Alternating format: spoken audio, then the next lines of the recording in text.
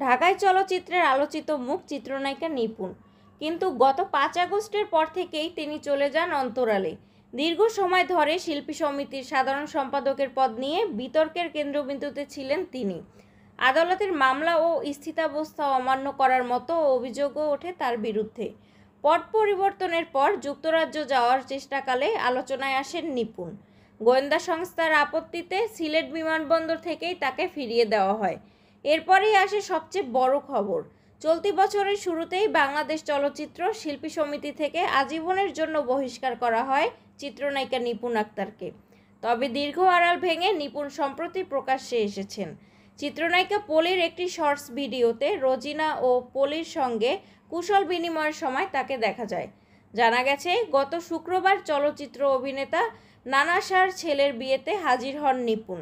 সেখানেই তার উপস্থিতি ক্যামেরায় ধরা পড়ে। দীর্ঘদিনের আড়াল ভেঙে অভিনেত্রীর এই প্রকাশ্যে আসা এখন নতুন আলোচনার জন্ম দিয়েছে।